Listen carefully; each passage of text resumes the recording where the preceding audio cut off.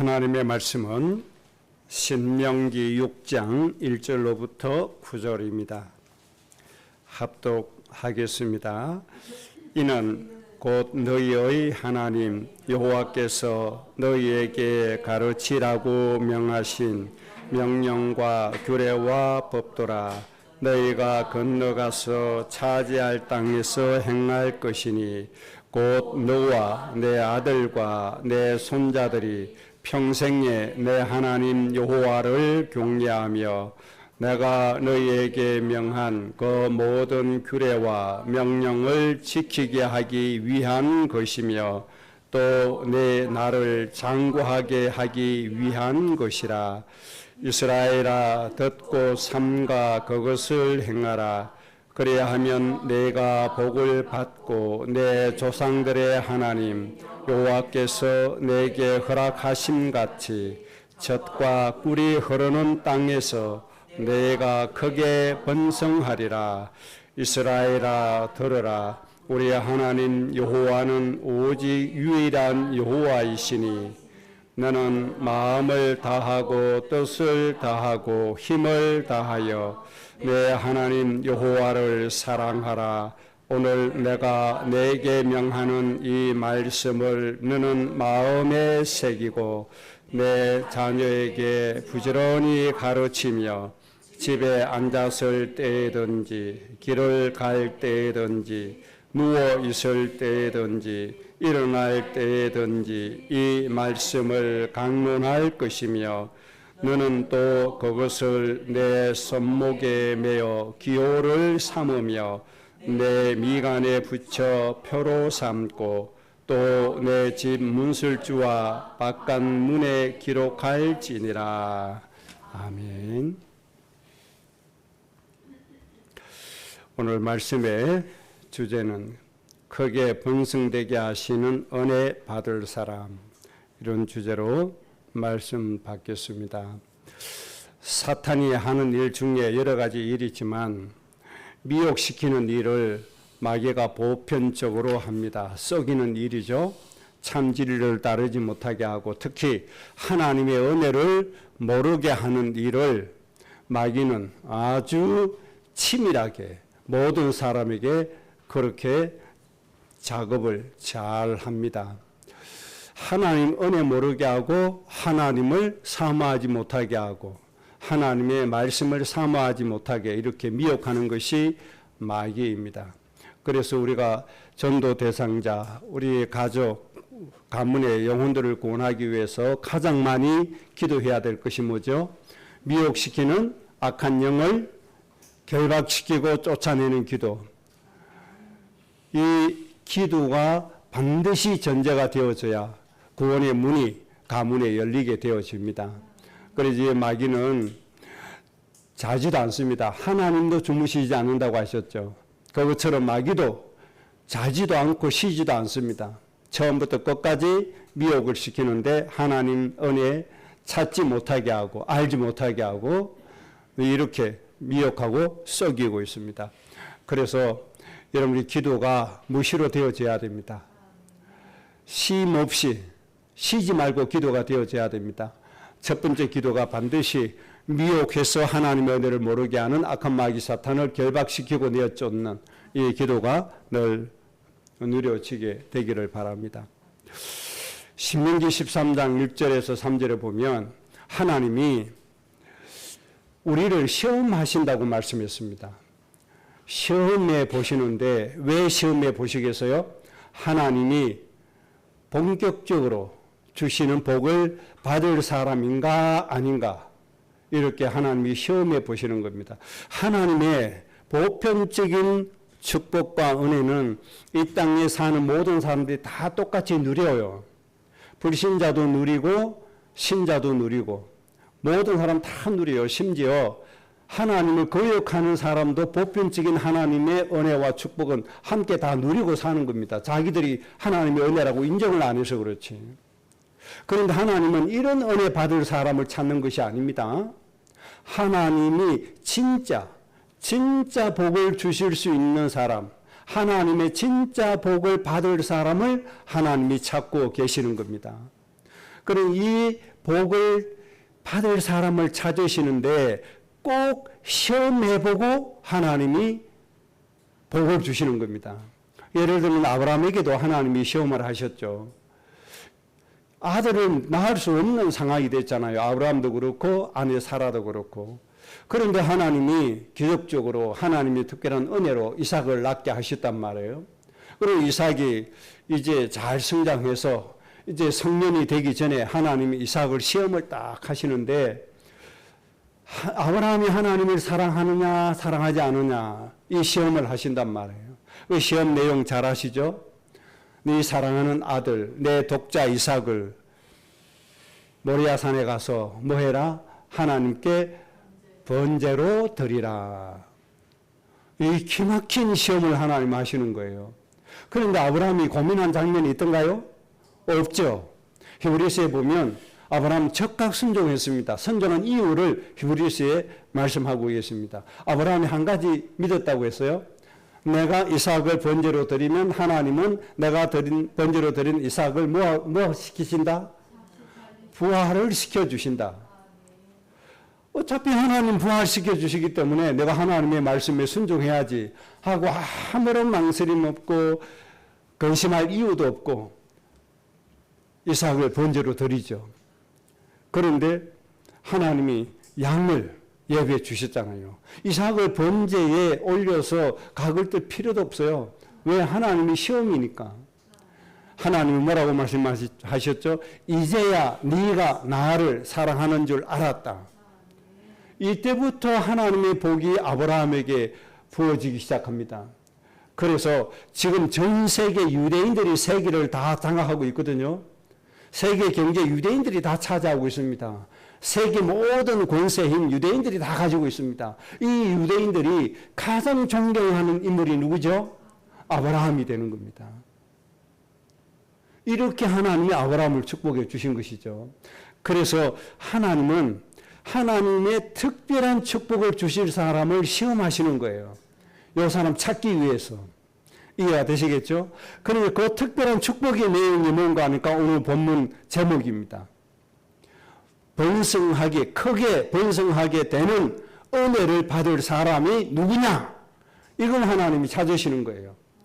하나님이 크게 번성시켜 줄 사람, 그 가정, 그 가문을 하나님이 찾고 계시는데 하나님이 시험해 보시고 결정하신다 이 말입니다. 그러면 신명기 13장에서 하나님이 이렇게 시험하시는데 시험해 본 내용이 뭔가 하니까 아주 사람들에게 인기가 있고 사람들이 잘 따르는 선지자를 세운다.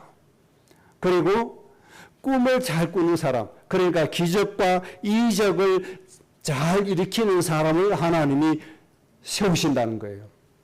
그러니까 이 사람들이 얼마나 사람들을 잘 이끌어가고 기적을 일으키고 이적을 일으키고 그렇게 하니까 수많은 사람들이 따라가는 거예요. 이런 사람을 일으켜서 하나님을 시험하는데 이 사람들의 특징이 뭔가 하니까 하나님을 강조하는 것이 아니고 다른 신을 강조한다. 이 다른 신이라는 게 돈이 될 수가 있고 자기의 철학이 될 수 있고 사상이 될 수 있고 전통이 될 수가 있는 겁니다. 오늘 한번 잡으세요. 하나님의 본질을 버리고 이 선지자나 꿈꾸는 자가 하나님 자리에 앉아있는 모습을 우리는 많이 봅니다. 그래 이들이 얘기하는 것은 하나님이 말씀하시는 본질을 얘기 안 합니다. 다른 거 얘기합니다. 이런 사람을 하나님이 세상에서 두신다 말입니다. 이런 사람 누가 두시는 거예요? 하나님이 두시는 거예요. 하나님이. 그러니까 하나님이 말씀하시기를 너희는 그들의 말을 청정하지 마라. 이 사람을 찾는 거예요.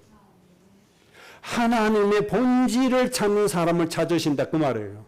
이적을 일으키고 기적을 일으키고 사람의 말을 솔깃하게 만들어서 사람의 마음을 허죽게 만들어서 사람을 많이 모으는 이런 사람이 아니고 하나님의 정말 중심의 말씀을 청종할 수 있는 사람, 이런 사람을 하나님이 딱 찾으신다고 말씀해 주셨습니다. 그러나 하나님이 마음과 뜻을 다해서 너희 하나님을 사랑하는지 시험하기 위해서다. 여러분, 아브라함처럼 진짜 하나님 믿을 수 있는 사람 되시기 바랍니다. 사랑하는 독자 이삭을 번제라고 드리라고 하셨을 때 아무런 고민이 없이, 아무런 망설임 없이 당연하게 번제로 드릴 수 있는 사람. 왜 그렇다고요? 하나님이 부활을 시키신다. 당연히 하나님의 능력을 믿었고, 하나님 하실 일을 믿었고, 당연히 하나님의 사랑을 믿었고, 하나님의 온전하심을 당연히 믿었다 이 말입니다. 이런 사람을 하나님이 찾으십니다. 여러분의 가정이 이런 시험을 통과해서 이제야 네가 나를 사랑하는 줄 알았다, 이런 평가 속에 있는 여러분들 꼭 되시기를 주의 이름으로 축복합니다. 하나님께 인정받아야 돼요. 그래서 하나님이 진짜 주시는 축복은 뭐라고요? 크게 번성하게 하시는 이 은혜를 받는 여러분의 가정, 가문이 꼭 되셔야 됩니다. 하나님의 복은 이 복입니다. 하나님의 진짜의 축복은 이겁니다. 그래서 하나님의 자녀로 살아가고 하나님의 상속자로서의 살아가는 우리의 삶은 내가 노력해서 큰 부자가 되는 거 아닙니다. 나의 모든 재능을 동원해서 많은 부를 축적하고 내가 성공했다 이런 평가받는 사람이 아닙니다. 하나님의 상속자, 하나님의 자녀는 이런 사람이 되어져야 됩니다. 오늘 본문 말씀처럼 하나님께서 크게 번성되게 하시는 은혜를 누리는 사람, 하나님이 크게 번성되게 하시는 은혜 속에 있는 사람, 이런 사람이 신앙생활 잘하는 사람이 되는 겁니다. 이런 사람이 되어져야 돼요. 록펠러 가문이 그런 가문이 되는 겁니다. 내가 뭔가 열심히 하려고 하지 않았어요. 록펠러가 처음에 한 주에 40불을 받는 그 일당으로 시작을 했나요? 그 정도밖에 안 되거든요. 한 주에 급여가 한 40불도 안 됐을걸요? 큰 부자가 되려고 노력 안 했어요. 내가 큰 회사를 만들겠다, 큰 재벌이 되겠다 안 했어요. 하나님이 크게 번성하게 하시는 은혜 속에 들어간 사람이었어요. 이런 사람을 하나님이 찾고 계십니다. 이런 가문이 여러분의 가문이 되시기 바라고, 이런 신앙생활이 우리의 신앙생활이 되어져야 됩니다. 내가 힘쓰고 애쓰고 노력해서 크게 이루어가는 것이 아니고 하나님이 크게 번성케 하시는 은혜 속에 있는 사람, 이런 여러분의 인생이 꼭 되시기를 바랍니다. 하나님의 은혜 죽어도 안 믿는 사람 많아요. 하나님의 능력 죽어도 안 믿는 사람 많아요. 어떤 목사님에게 그랬거든요. 울진이 참 좋다. 자연 환경이 좋으니까 나이 들어서 건강 위해서 울진에 사는 것이 좋다. 그러니까 도시에 있는 거 다 팔아서 울진에다가 땅을 사서 울진에 집을 짓고 살면 좋다. 그랬더니 아닌 게 아니라 아는 목사님이 저 울진 어려운 뒤에 그 땅이 하나 있는데 사라 그런대요. 그리고 사지 왜 그래? 그랬더니 그 땅 못 산대요. 그 왜? 그랬더니 그 장례식장이 있어서 못 산대요. 장례식장. 아니 장례식장이 어땠어? 그 무섭다는 거죠. 그 불신자들은 공동묘지 부근에 가요 안 가요? 그거 안 가잖아요. 안 갑니다. 무섭다고. 그 속으로 아이고 참 하나님의 원리를 아는지 모르는지 하나님 믿는지 안 믿는지 모르겠다. 이 목사님 이 메시지 들으면 큰일 나는데 자기 욕했다고 뭐라 할 건데. 여러분 사람이 죽으면 흙으로 돌아갑니다. 끝이에요. 영은 심판을 받습니다. 하나님께로 가느냐 마귀에 끌려 지옥 가는 끝이에요.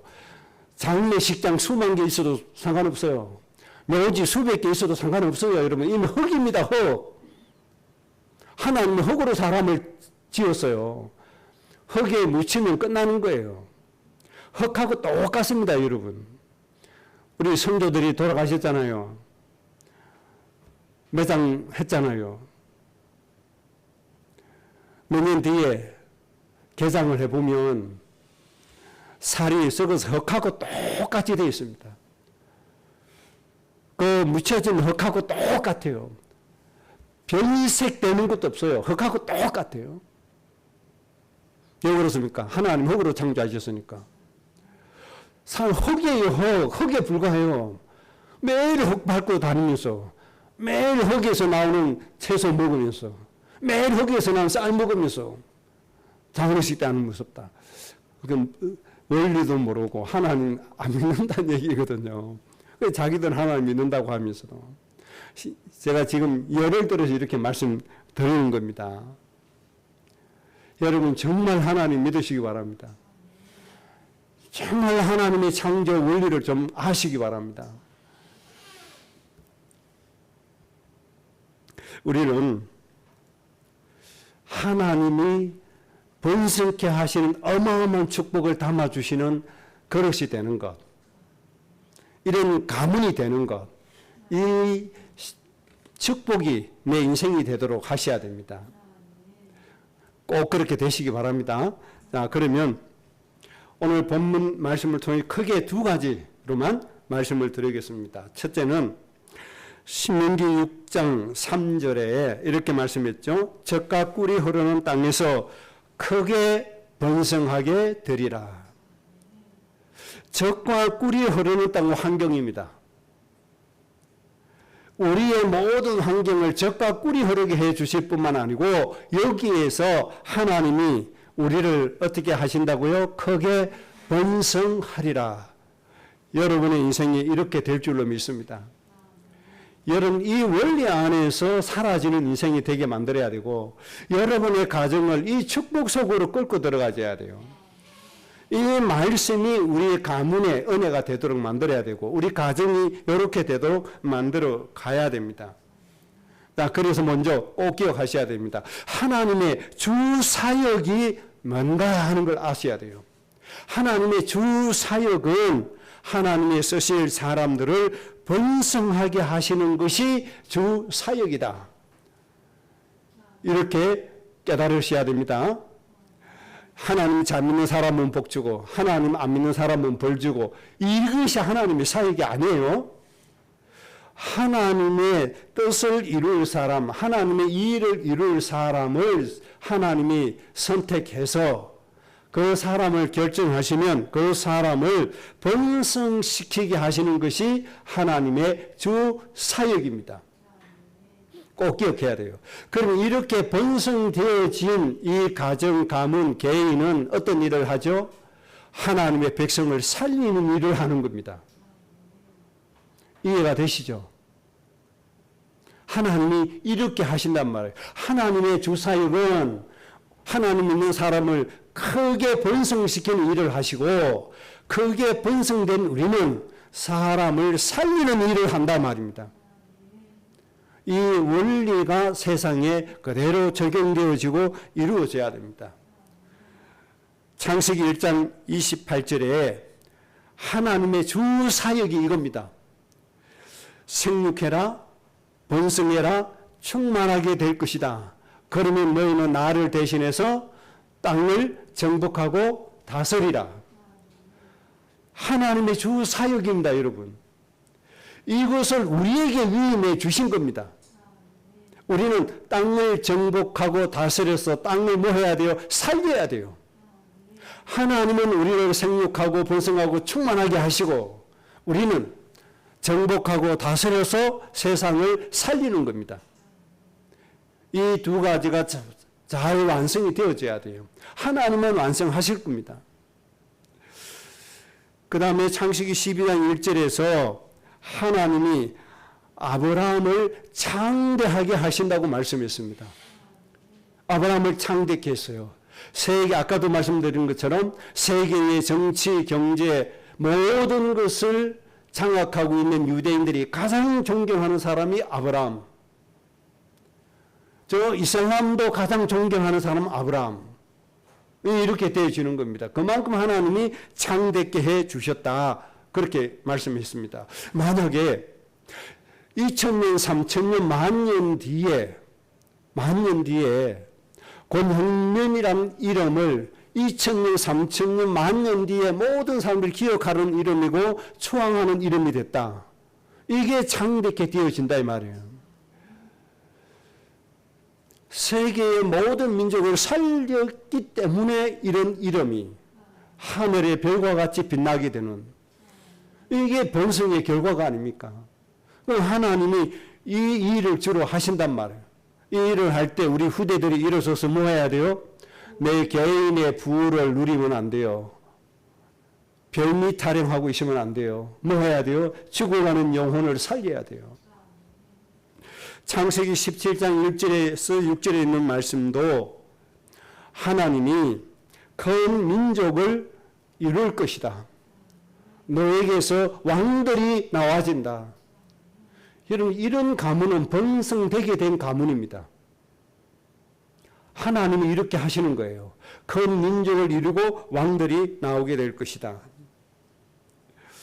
그리고 창세기 26장에 보시면 하나님께서 이삭에게 복을 주심으로 백배를 받았고 마침내 창대하고 거부가 되었더라. 하나님의 주 사역이 이겁니다. 이삭에게 백배를 주셨어요. 하나님이 복을 주심으로 마침내 거부가 되었다. 창대하게 되었다. 왜 이렇게 하셨어요? 이삭 보고 블레셋 땅부터 살려라. 모든 민족을 살려라. 천하 만민을 복되게 해라. 이걸 위해서 하나님이 마침내 거부가 되게 하셨다. 마침내 창대되게 하셨다. 하나님의 주 사역입니다, 여러분. 마침내 하나님이 우리 교회 후대들을 창대케 하시고 거부되게 하실 겁니다.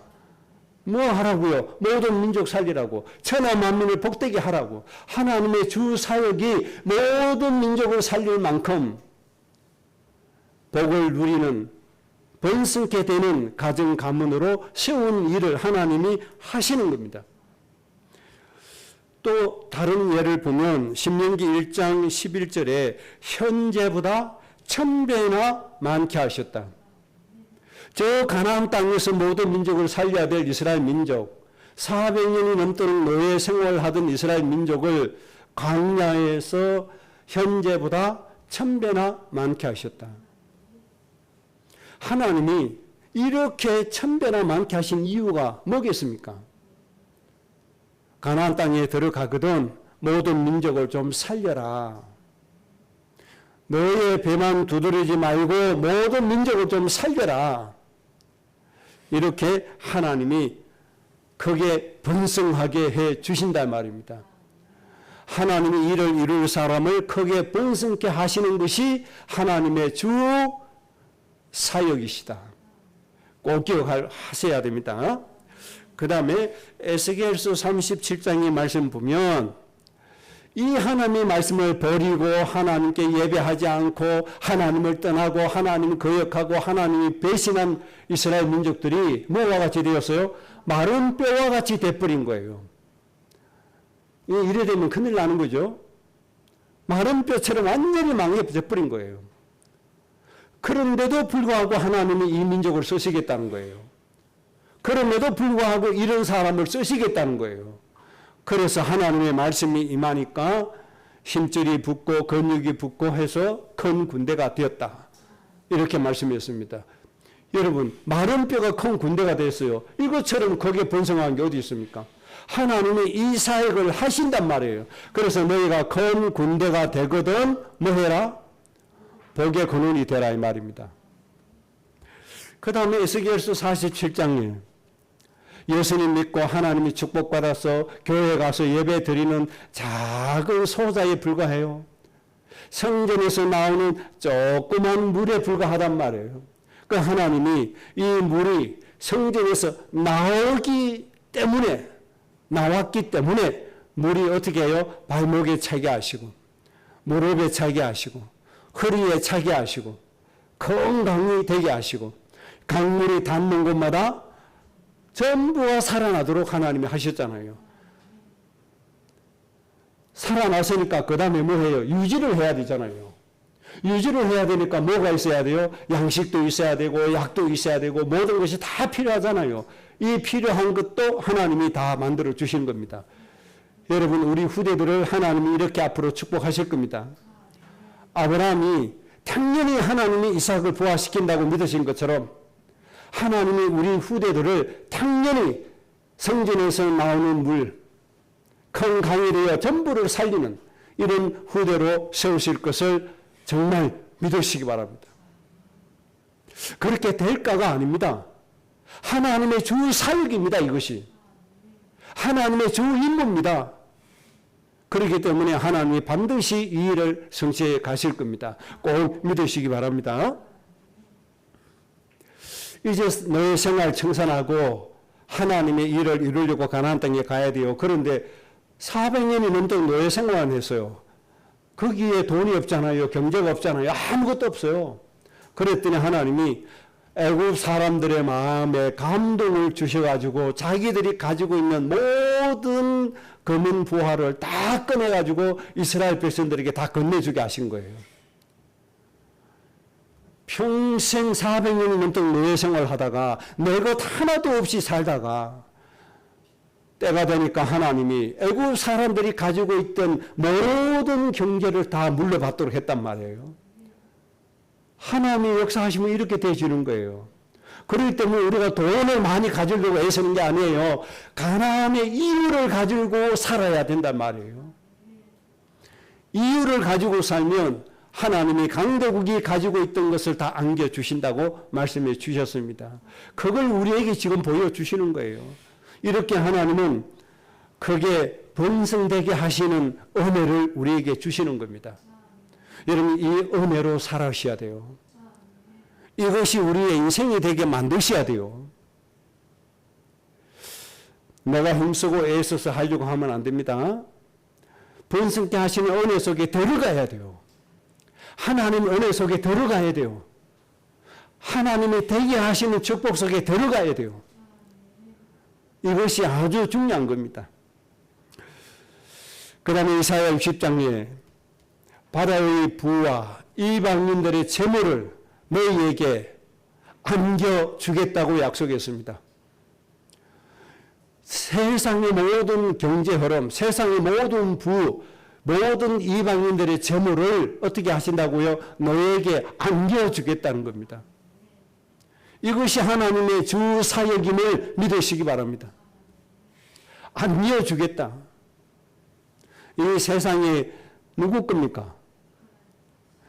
미국이 돈을 아무리 많이 가지고 있어도 그거 다 하나님의 거예요. 유대인들이 아무리 많이 가지고 있어도 다 하나님 거예요. 우리나라 가지고 있는 모든 돈 아무리 많다고 해도 다 하나님 거예요. 그래서 하나님이 금도 내 것이요 은도 내 것이요 모든 것이 다 하나님의 것입니다.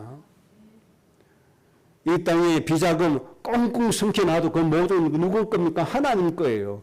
하나님 앞에 숨겨진 건 아무것도 없어요. 모든 거 다 드러나 있어요. 하나님 어디에 얼마가 있는지 다 알고 계시는 거예요. 하나님이 덜치워내서 우리에게 안겨주실 때가 올 겁니다. 뭐 하라고요? 하나님의 백성을 살릴 때. 그때가 되면 하나님이 모든 것 하나님이 안겨오도록 하실 겁니다. 이렇게 크게 번성케 하시는 응답 속으로 들어가야 돼요. 이 속에 들어갈 수 있는 여러분들의 마음과 믿음이 빨리 회복되시기를 바랍니다. 골로새서 2장 10절에 세상의 통치자 권세의 머리가 되신 분이 예수님이신데 너희가 내 안에서 충만했다라고 말씀했습니다. 그 말은 예수님으로 충만했으니까 우리가 세상의 통치자 권세의 머리라는 얘기입니다. 이때에 골로새서 2장 15절에 세상의 통치자 권세들이 우리 앞에 무릎을 꿇고 우리 앞에 무릎을 꿇을 때 그들을 무력화시키고 그들을 부끄럽게 합니다. 이때 우리가 뭐해요? 정복하고 다스리러 가는 겁니다. 이렇게 되도록 하나님이 역사하실 겁니다. 이것이 하나님의 주 사역임을 믿으시기 바랍니다. 가슴 속에 담으셔야 돼요. 아, 하나님의 주 사역이 뭔가? 모든 믿는 사람들에게 경배받고 찬양받기를 원하시구나. 여러분, 이게 하나님의 주 사역이 아니에요. 하나님은 하나님의 일을 이룰 사람을 번성케 하시는 것이 하나님의 주 사역임을 믿으시기 바랍니다. 그래서 하나님이 창조하신 모든 것을 위임해 주셨습니다. 위임해 주셨어요. 그래서 생육 번성 충만하게 하시고 뭐해라? 하나님이 창조한 모든 것을 너희는 정복하고 다스리라. 이렇게 크게 번성케 하시는 것이 하나님의 주 임무가 되어지는 겁니다. 주 사역입니다. 그러면 왜 예배하는 거죠? 우리가 하나님을 닮아가는 것이고 말씀을 담는 것이고 하나님의 은혜를 담기 위해서 오는 거예요. 하나님을 위해서인 줄 압니까? 우리를 위해서입니다, 여러분. 나를 위해서예요, 나를 위해서. 하나님이 이렇게 크게 번성케 하심을 여러분 꼭 믿으시기 바랍니다. 꼭 믿으시고 우리의 가정을 이 은혜 속으로 들어가게 만들자. 여러분들이 꼭 믿음의 뜻을 정하시기 바랍니다. 그러면 왜 하나님이 크게 번성케 하시겠죠? 말씀드렸지만 창세기 12장 1절 3절 복의 근원 되게 하시려고. 왜 복의 근원 되게 하시죠? 모든 사람을 복되게 만드시려고. 여러분 이거 잊어버리고 살면 안 돼요. 내가 어디를 가든지 나와 관계된 사람이 나 때문에 하나님의 복을 받게 된다는 사실을 기억하고 가야 돼요. 그 생각과 마음을 가지고 가야 돼요. 내가 직장에 급여를 받으러 가는 것이 아닙니다. 내가 그 사람을 복되게 하니 나를 급여를 주는 겁니다. 여러분 이런 생각으로 좀 바꿔놓으셔야 돼요. 이해가 되시겠죠? 창세기 17장에 모든 민족의 영혼들이 고통받고 있단 말이에요. 이 땅에 수많은 사람들이 저주와 재앙과 고통 속에 울부짖고 있단 말이에요. 울부짖고 있어요. 함은 고이라고 말이 저 고통 속에 울부짖는 사람, 이런 사람의 아버지, 어머니가 좀 되어라. 좀 그들을 마음에 품어라. 이거 하라고 하나님이 우리를 크게 번성케 해 주시는 겁니다. 이해가 되시겠습니까? 우리의 별미 때문에 번성케 해 주시는 거 아닙니다. 별미 하라고 마침내 거부가 되게 해주신 게 아니란 말이에요. 천하 만민을 위해서 거부되게 해주셨다는 사실을 꼭 기억하셔야 돼요. 이사야 49장 6절에 땅끝까지 이방인들에게 뭐가 되라? 생명의 빛이 되라고. 내 영향력을 땅끝까지 주려고 하니 경제나 지력이나 하나님의 축복이나 얼마나 많아야 되겠어요. 내 개인의 생활 겨우 유지할 정도로 돼가지고 땅끝까지 영향 줄 수 있습니까? 그 힘 가지고는 안 된단 말이에요. 땅끝까지 영향력을 줄 수 있는 힘은 창백해 되는 길밖에는 없다 이 말입니다. 하나님이 그거 하라고. 이 땅에 고통받는 모든 사람에게 하나님의 축복의 영향력을 주라고. 그들의 고통을 해결해 주라고. 그들을 저주에서 해방되게 만들어 주라고. 하나님은 우리 가문을 크게 번성시켜 주신다는 겁니다. 이사야 60장 1절에 일어나 빛을 발하라고. 일어나 빛을 발하라고 하나님이 우리를 크게 번성하게 해 주십니다. 고린도서 5장 10절에 그리스도의 사신이 되어 한 영혼도 잃어버리지 말고 전부를 살리라고 하나님이 우리를 크게 번성하게 해 주실 겁니다. 자, 여기까지 한마디로 정리하면 이렇습니다. 하나님은 하나님의 뜻을 우리를 크게 번성하게 하시는 사역이 주 사역이시다. 그러면 크게 번성된 우리가 해야 할 일은 뭐냐? 하나님의 백성들을 살리는 것이다. 이렇게 정리가 딱 되어져야 됩니다. 이것이 내 인생이다. 이렇게 정리를 잘 하시기 바랍니다. 자, 그게 두 번째입니다. 그렇다면 크게 번성되게 하기 위해서 하나님께서 우리에게 요구하는 삶이 있습니다. 요구하시는 삶이 있어요. 신명기 6장 1절입니다. 너희는 그 명령과 규례와 법도를 행해라. 이렇게 말씀하셨는데 그 명령, 규례, 법도는 신명기 5장에 있는 말씀이 되는데 바로 십계명입니다. 십계명은 크게 두 가지 내용입니다. 하나님께 대한 우리의 태도, 사람에 대한 우리의 태도입니다. 하나님께 대한 우리의 삶, 사람에 대한 우리의 삶이 십계명입니다. 그래서 하나님은 뭐 해야 돼요? 정말로 하나님만 섬겨야 돼요. 하나님께 예배해야 돼요. 하나님이 나를 거룩히 지켜야 돼요.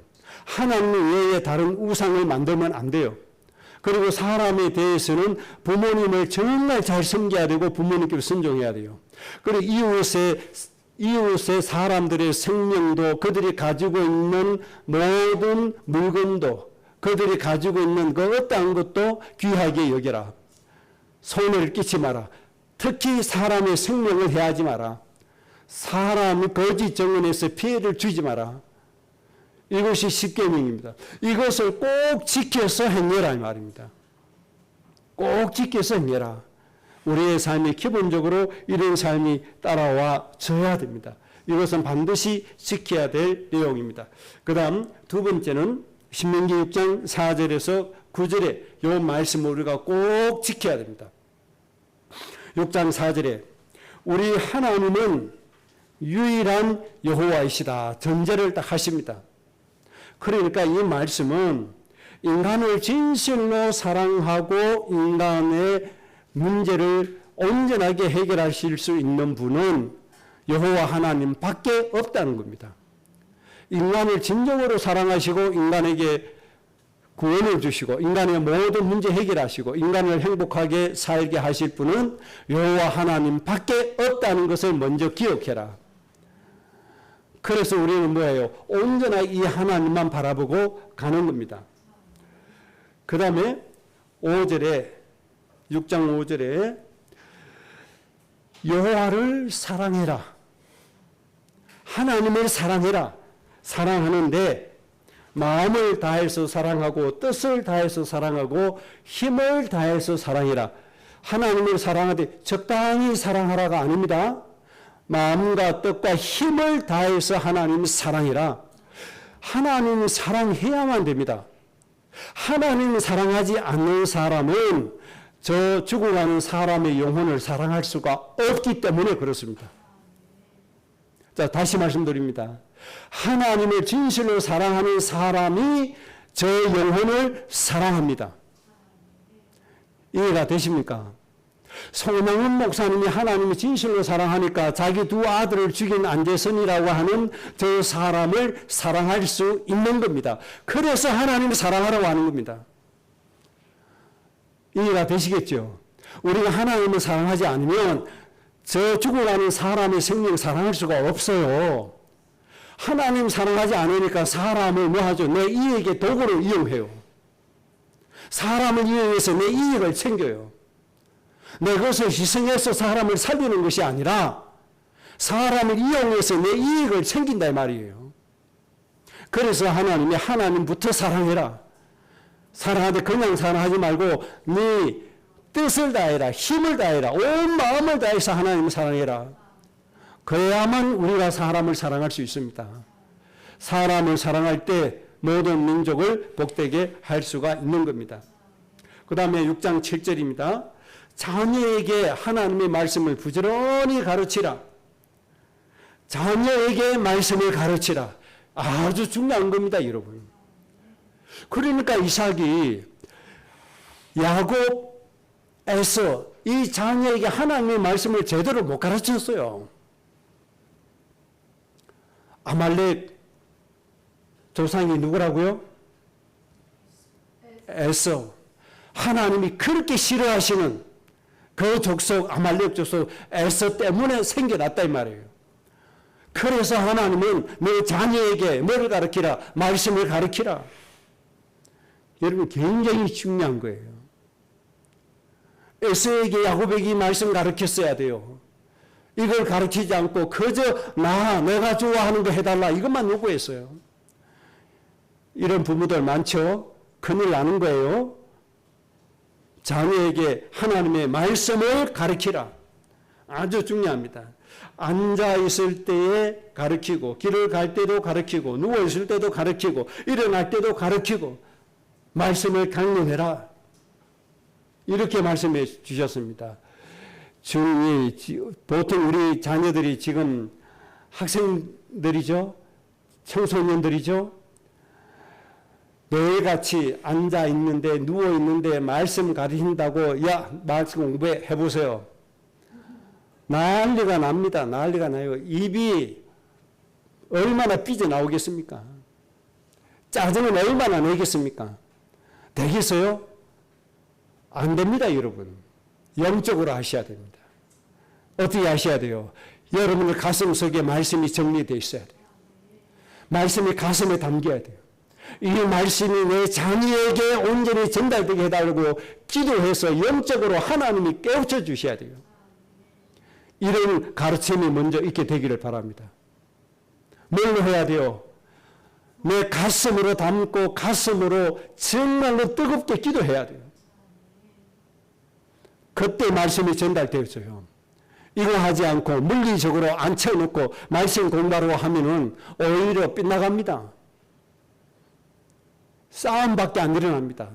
집안이 전쟁터가 되어져 버립니다. 지금 상황이, 대한민국 상황이 그렇습니다. 옛날은 혹시 그렇게 할 때 가능할지 모릅니다. 지금은 그렇게 되지 않습니다. 먼저 뭐 해야 됩니까? 가슴에 말씀을 담고 후대들에게 그 말씀이 전달되게 기도하시고 후대들이 스스로 말씀 앞에 앉도록 만들어줘야 됩니다. 그러려고 하니까 우리 부모들이 얼마나 기도를 해야 되겠습니까? 보통 기도 갖고 되겠습니까? 정말 눈물의 기도가 따라와줘야 됩니다. 그렇게 꼭 되시기를 바랍니다. 그리고 6장 8절 9절에 눈에 보이는 모든 장수의 말씀을 기록해라. 심지어 손목에도 매라. 이마도 붙여라. 문설주에도 기록해라. 이 무슨 뜻이겠습니까? 내 눈에 보이는 모든 곳에 말씀이 보이게 해라. 그래서 여러분 우리 눈에는 말씀 위에 다른 게 안 보여져야 돼요. 내 생각에 말씀 위에 다른 게 생각되지 않아야 돼요.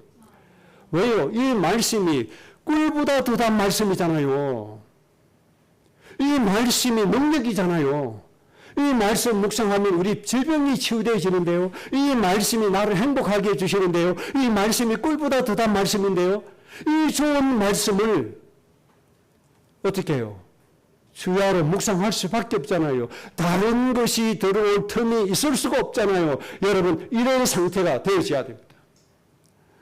여러분 영적인 이런 상태가 되어지면 하나님은 크게 번성하시는데 세상을 살리고도 남음이 있도록 하나님이 그렇게 해 주실 겁니다. 여러분 눈에, 영적인 눈에, 육신의 눈에 말씀만 보여지시기 바랍니다. 그리고 이 말씀이 내 영혼을 너무너무 풍요롭게 한다는 사실 좀 믿으시기 바랍니다. 다른 게 필요 없어요. 이 말씀으로 행복하셔야 돼요. 내 몸 아플 때 이 말씀이 먼저 생각이 나줘야 돼요. 이 말씀 외에는 없어요. 다른 게 없어요. 이렇게 되어지는 사람은 정말 하나님이 거기에 번성하시는 응답을 누리는 사람으로 하나님이 인도해 주십니다.